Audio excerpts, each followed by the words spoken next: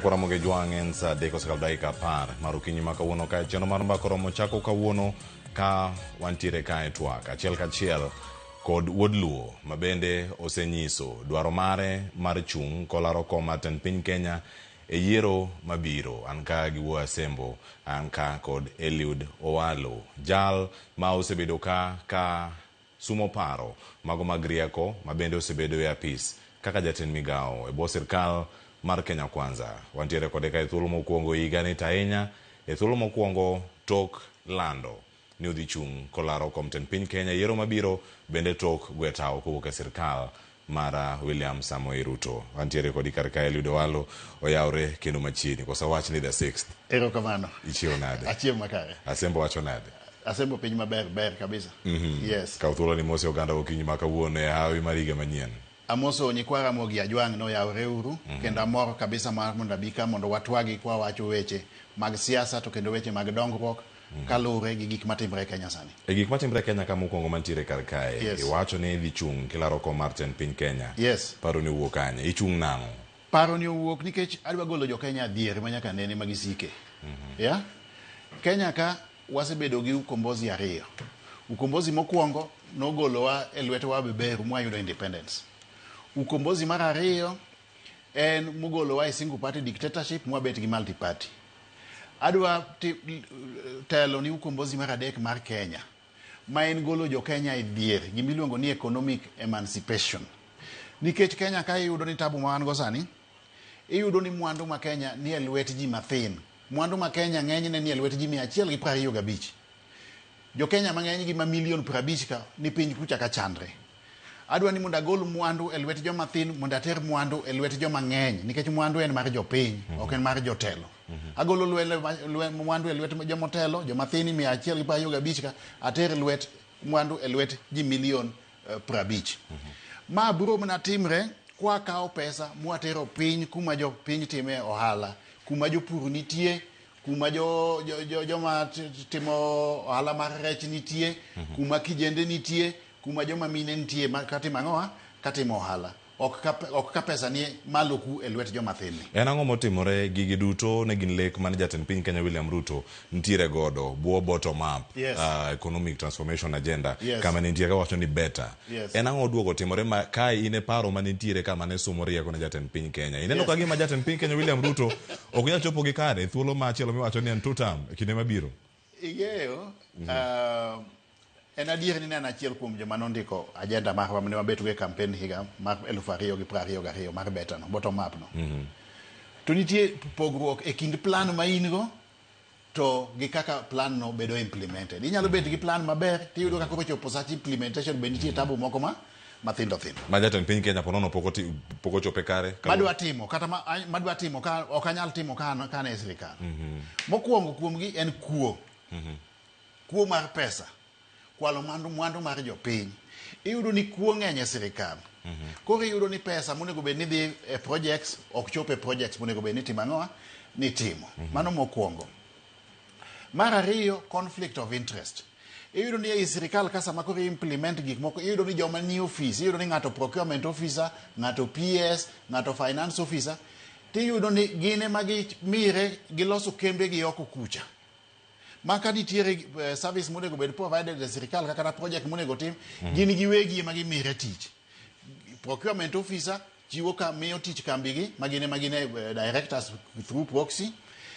Finance officer oketo pesa e project no, accountant chulo. Gichulre pesa gin giwegi. Seche moko iyudo ni gichulre pesa to project ok dhi mbele. Mar adek en political interference. Jo siasa iyudo ni ng'ato wacho ni an ema bunge makama. Project makama an ema golo contractor. Koro political meddling bende mono implementation of projects. Iyudo ka pesa wuok jasiasa moro oyero mkandarazi. Pesa wuok ichulo mar project cha to pesa no iyudo ka kendo ilodho idhi tim go tije moko mopogre gi tich ang'owa gi project cha. Koro project chung. To ikinde gi bende nikech ka isiayo jo siasa mantiere lemo mopogore opogore mantiere kama donjre e weche gi duto. Yes. Dimake yo machal nade nikech kae ne intiere kaka jatend migao. To kama intiere jatend migao ni bende ija siasa koro mantiere kar. Pono ne manu kelo timbe machalo kama ge sirkal. An ing'e ni track record mara ong'ere. Kane an e private sector, na tiyo matek mabet one of the best strategies in Africa. Yeah? Kadonje ministry mar ICT na dhi ayudo ministry manose tho maonge ng'ama ong'eyo makawe madhi akete e chuny sirikal ma gimoro amora sirikal ne revolve around ICT. Iwinja? Ma achako pros gik mana timo kane an ministry of ICT oneno. Nyaka nyocha wuog kuno tiwinjo ministry mar ICT no dhi otho. Sani koro kowinjre. Kochako kawa otera office president kucha. Na be the bed deputy chief of staff taloso weche mag performance. Ajaka dhi ayudo performance management framework manose tho madhi atima ngoa madhi achiero. Koro my track record speaks for itself. Kane an ministry of ICT jo EACC Ethics and Anti-Corruption Commission notimo uchunguzi monge kaka ministries duto tiyo gi pesa raia. Mano yudi ni ministry minateleno under my leadership ene the least corrupt ministry of ICT. Koro track record mara kaka a performer, a practical person, results oriented person na manigi nia mangamo kuketi tich mora mora to timo kaka dware is loud and clear. Yeah. Iwacho ni kine magi duto timre nikech okada ni losi wi jatend piny masani pontiere imiwa mana mari kama intiere kar kae. Yes.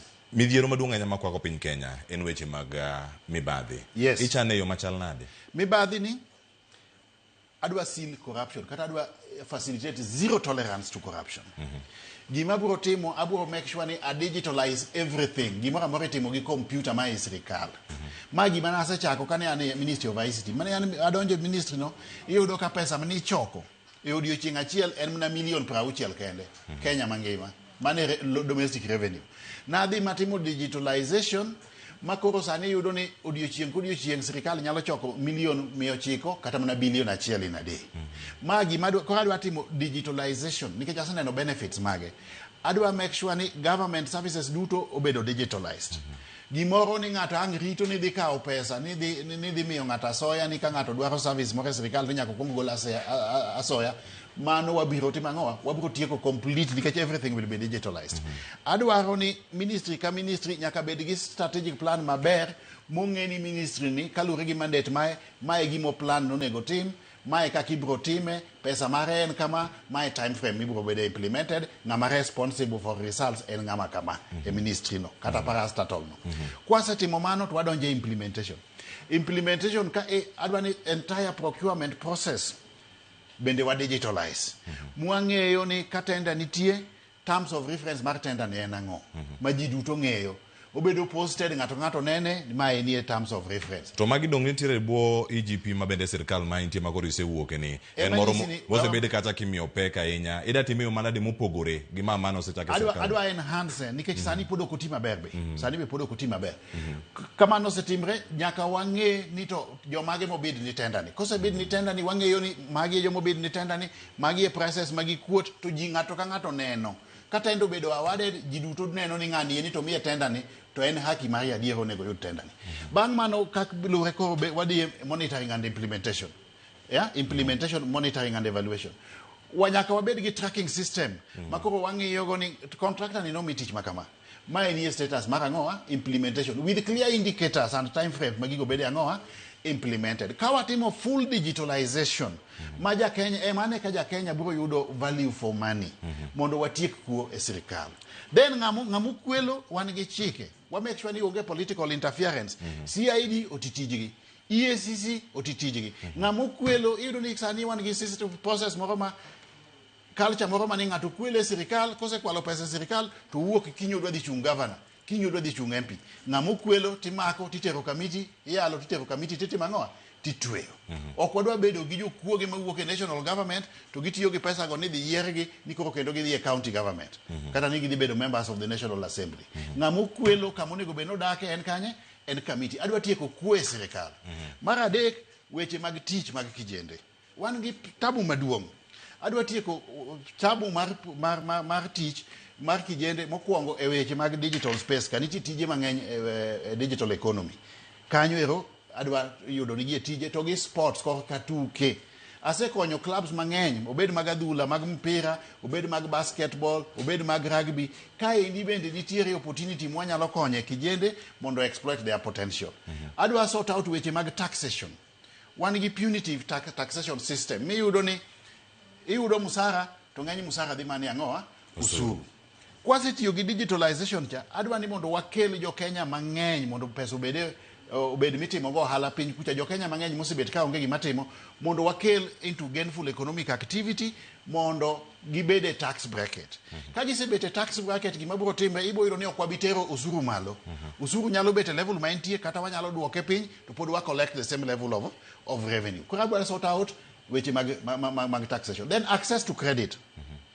Access credit kaini nyaka wa come up with mechanisms mwabo yudo go pesa mamine nyalo timo go ohala, kijende nyalo chako go ang'oa ohala. Bank rates nyaka dog piny. To magi bet mana ka wan gi prudent monetary and fiscal policies.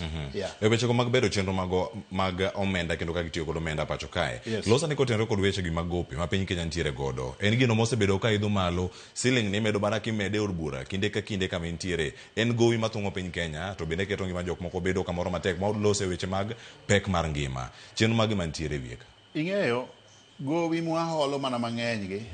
Timre nikech waonge pesa ka Kenya kar ka to pesa wan godo Kenya ka to kuo ng'eny nyaka watiek kuo mokwongo. Ka bed ni onge kuo e sirikal inyalo yudo ni seche moko bei level mar gowi dhi timo ang'o dhi piny.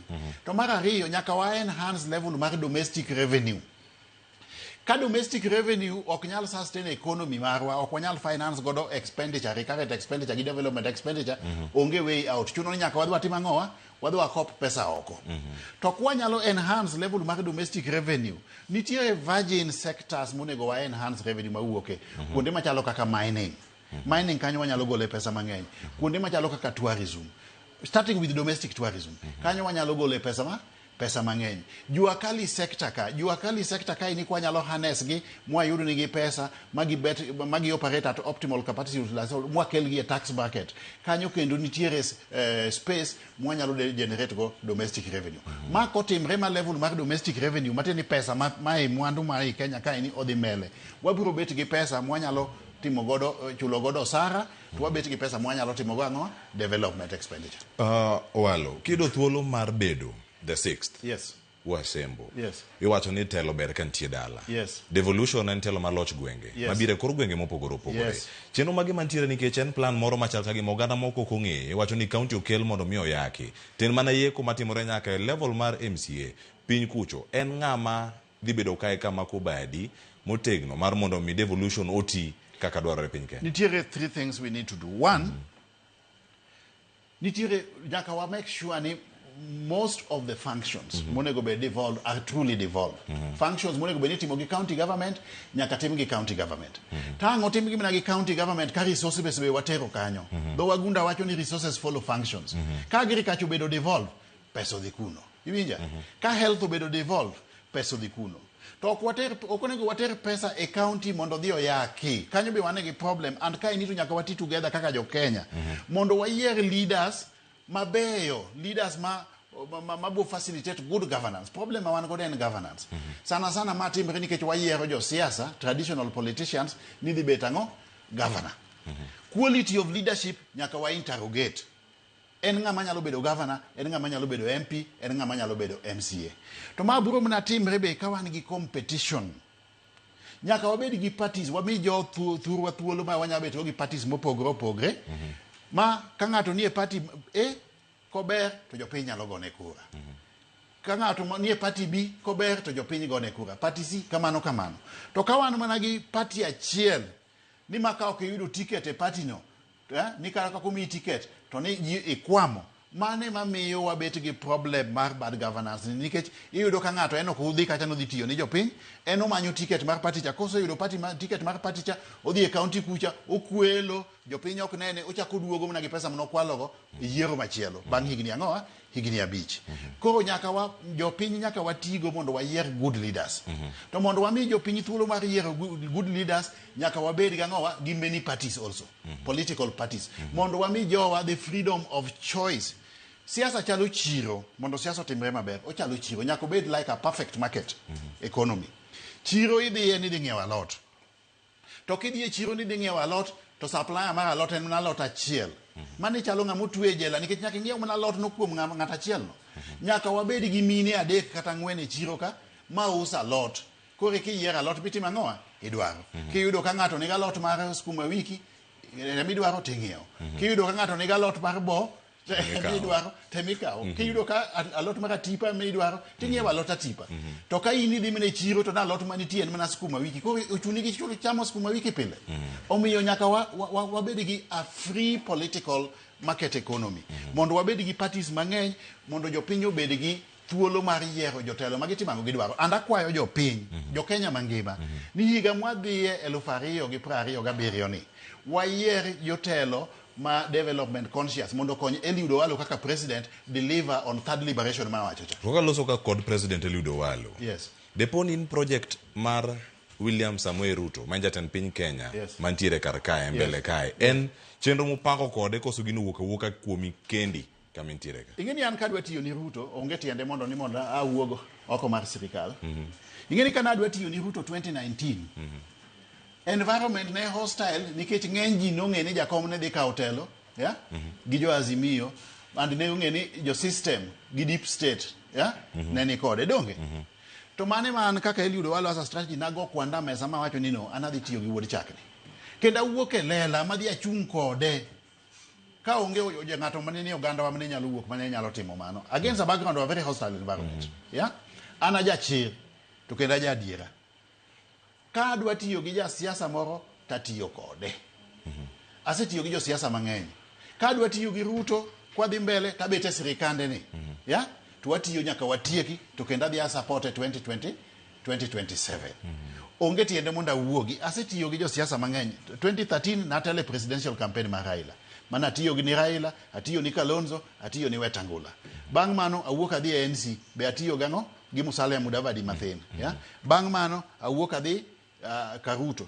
I was a key cog in that presidential campaign. Maruto no. Mua tayo Ruto manyaka wadeliver imo bedang'o mobedo president. Iwinja? Asetiyo gi jo siasa madongo manyalo bet president gi te. Aol.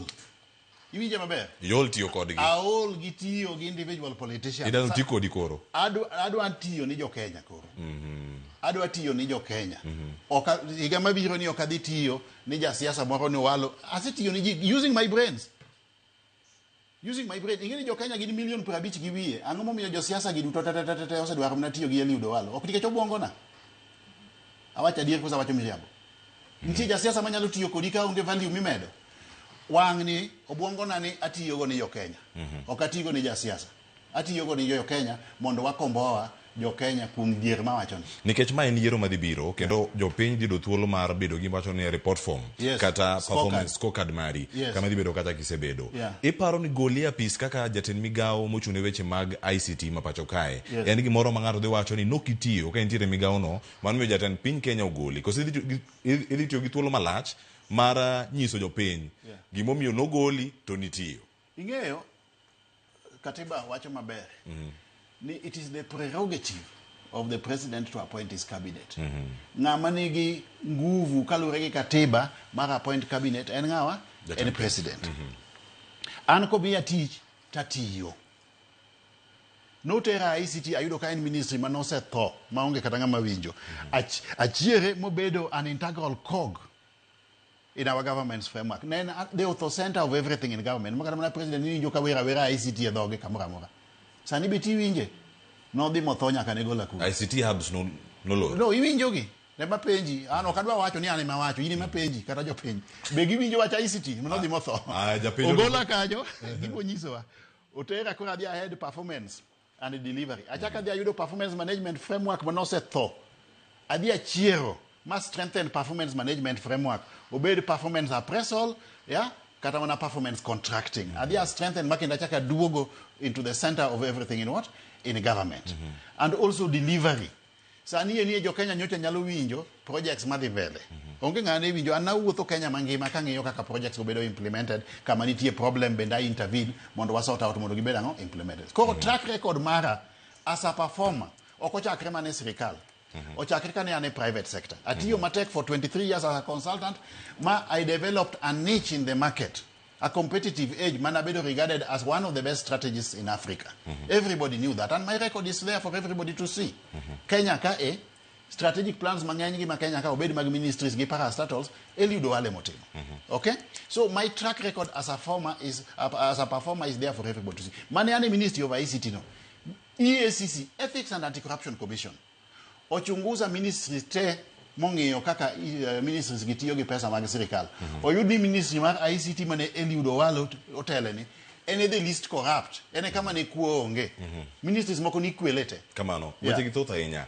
Support base mari en ng'a? Jomage mantiere kar kae. Support base mara en jo Kenya modhier machandre gi. Magi jo Kenya madwa tiyogo. Mane narrative ma bende jatend piny Kenya William Ruto notiyo godo koluongo gi ni hustlers. Mari pogore gi mano. An jo Kenya modhier gi ema dwa tiyogo kadhi go mbele. Nikech ok adwa timo siasa mar retrogressive. Ni kawo kabila ni manyo jatelo moro kabila ni tiriwo gi jatelo moro kabila ni kendo idhiriwo gi jatelo moro kabila cha tikwedo kabinde mamoko to bang' mano ko reform party kata ni form coalition mane makelo gimoro ni kang' kisebet gi jogi to ni udhi bete mesa kupoga no kupogo lemo ano kadwar kom e mesa an adwa mesa te mondo mesa te ni ane kaka konyo jo Kenya yude gi party mane party an go wabo launch next month. Yeah. Tarik isayudo? Tarik abo wacho.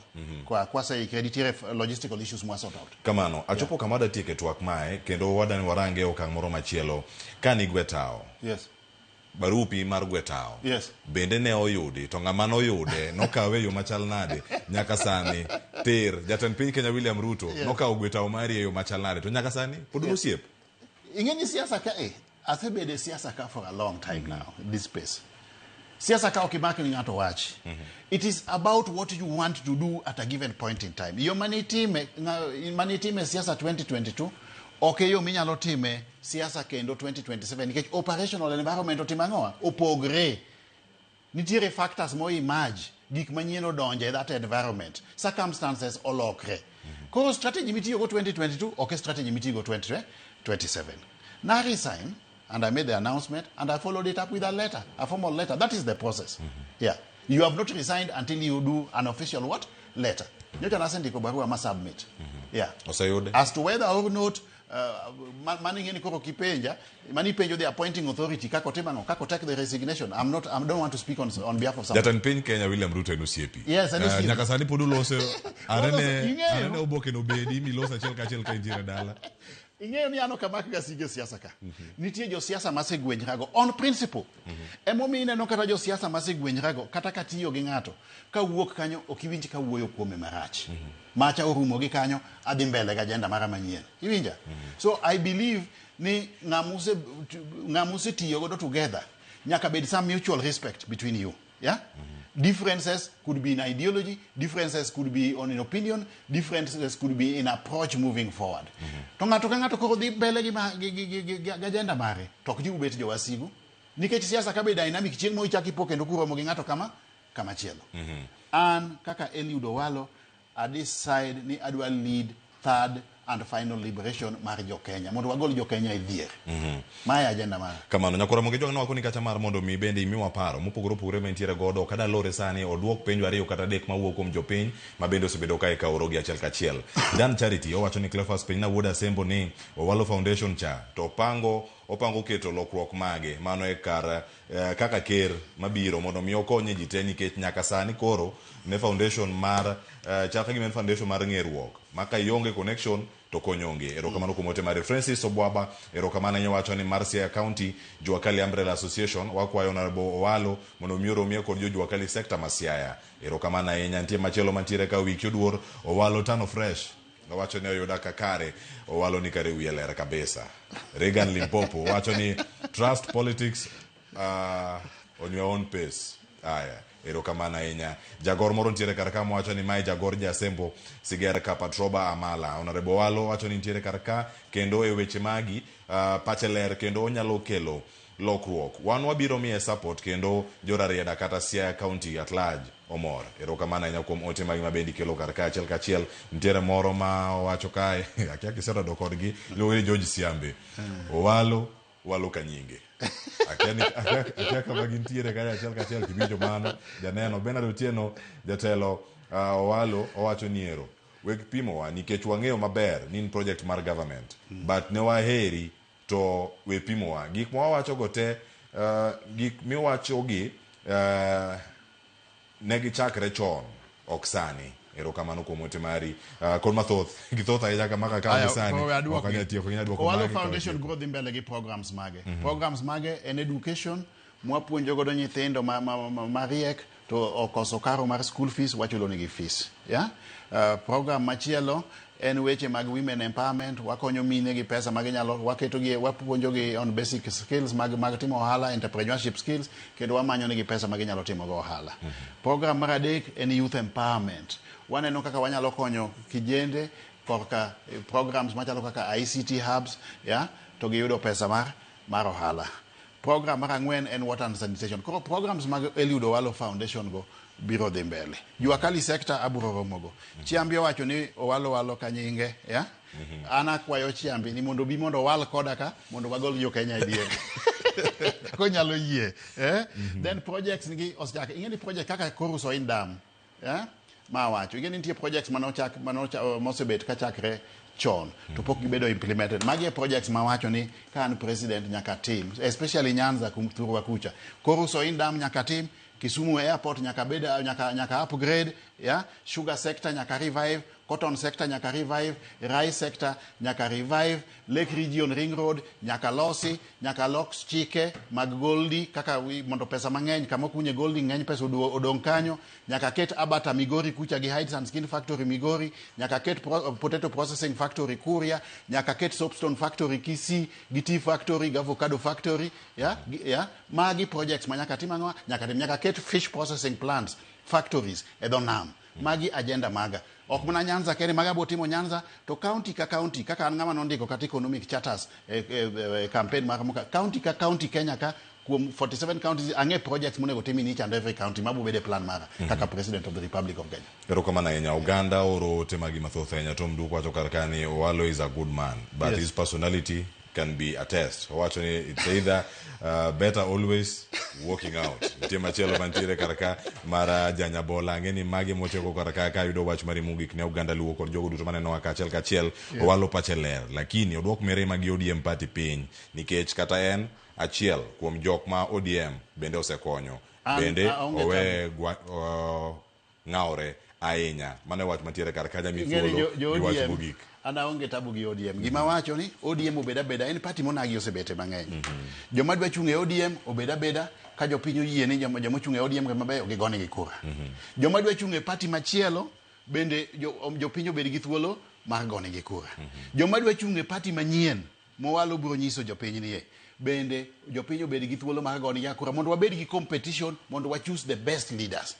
ODM go aonge gi problem. In fact, kalure gi agenda mara ingeni Dr. Buru sani motelo ni ODM kalure gi agenda mara gi pacha maleo gi economic agenda man godo ni at an appropriate time abu wuoyo gi Dr. Buru mondo jo ODM achunga candidates e kombe mapiny go to kom mamalo ni to jo ODM oungo Eliud Owalo lwedo. Mono twak madhi biro kendo ang'e ni kijana muburu no en winjo wach piyo kijana kipimo ne gimoro to winjo piyo chap me wacho ni mane maporo dhi belo kacha pre-coalition talk gi pre-election coalition part mago wanyalo wacho manu nyabedo kod gi at an appropriate time.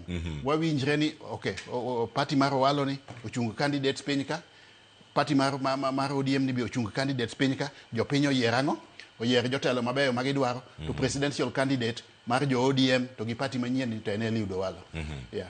Erokamano. Kendo abo wuoyo gi jo ODM go akaw mano kaka wach mari mogik. Erokamano. Agoni erokamano ahinya Eliud Owalo kuom thuolo mar twak kodwa kachiel Ramogi TV ano achaki nyaka sani mapod koro mbakoro meko adachopo akire kiki mari maro duogo twak kaka waloso e siasa kod telo jok moro ote margi e twak moyudo thuolo matin kama Eliud Owalo pod bedo thuolo mar duogo e Ramogi TV ka odiochieng' mabiro mbele kaka pod higa ne lach higa manyien bende koko odhi bedo kacha akire kiki mag weche mag siasa. Happy New Year mosna Gor Mahia patron Majaro Soja mano wacho ni Green Army Chief Gor Mahia 001 ka entiere karkae kachiel kod ka Uganda mathoth mantiere karka mondikonwa twak dhi nyime gi penjo e mbui mar Ramogi TV ang'e duok gi piny kacha gi dogi penjo thoth ahinya mantiere karkanyo. Nyakwar Ramogi jwang'a nyinga Cleophas Oloch jakisomo ka nyakwar mokiew nyaka sangwa duogo kod twak machielo emba koromo gi welo mabedo sedo studio karkae kik dhi mabor.